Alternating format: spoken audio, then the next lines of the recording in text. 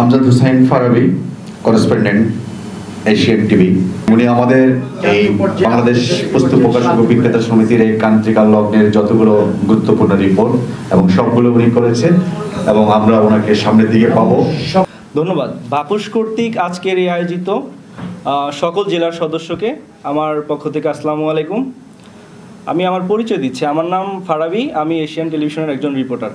বিগত কয়েক মাস ধরে আপনাদের যে কর্মকাণ্ডগুলো রয়েছে আমি সর্বদা চেষ্টা করেছি সত্যিটা তুলে ধরার জন্য।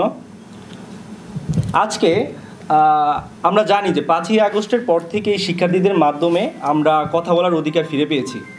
শুধু কথা বলার অধিকার না, কিন্তু আমরা নতুন একটি রাষ্ট্র সংস্কারেরও একটি সুযোগ পেয়েছি।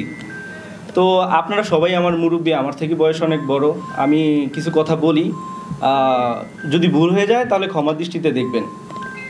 আমার মতে ডক্টর ইউনূস কিছুদিন আগে বলেছিলেন যে যে যার কর্মকাণ্ড যেই প্রতিষ্ঠানে থাকুক না কেন, একটি সুন্দর রাষ্ট্র গঠনের জন্য সবাই সৎভাবে কাজ করে যেতে হবে। What the main object of this program today, আজকের প্রোগ্রামের মূল উদ্দেশ্য হচ্ছে বাপুস সংস্কার করা। আমি বলবো শুধু বাপুস নয়, আমাদের উচিত প্রতিটা কর্মক্ষেত্রে যেই অবস্থানে আছেন সেই কাজটাই সংস্কার করার প্রয়োজন আছে। কারণ বিগত কয়েক বছর ধরে আমাদের দেশটা একতন্ত্র পথে চলে গিয়েছিল। মানুষ চাইলেই কথা বলতে পারতো না, মানুষ চাইলেই কিছু করতে পারতো না। যেহেতু আমরা অধিকার পেয়েছি, তাহলে আমাদের উচিত সকলের অবস্থান থেকে দেশ সংস্কারে এগিয়ে আসা।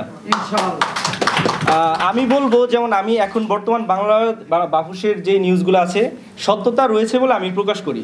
আমি এখন আবার বলবো যে ওনারা যদি কোনো ধরনের অন্যায় করেন আমি ওইটাও প্রকাশ করব। আমি তখন চাইবো না যে ভাই কি বা তারা কি করছে। তো আমরা আশা করি সকলের অবস্থান থেকে মানে কঠোরভাবে থাকবেন এবং সৎভাবে থাকবেন। ধন্যবাদ সবাইকে।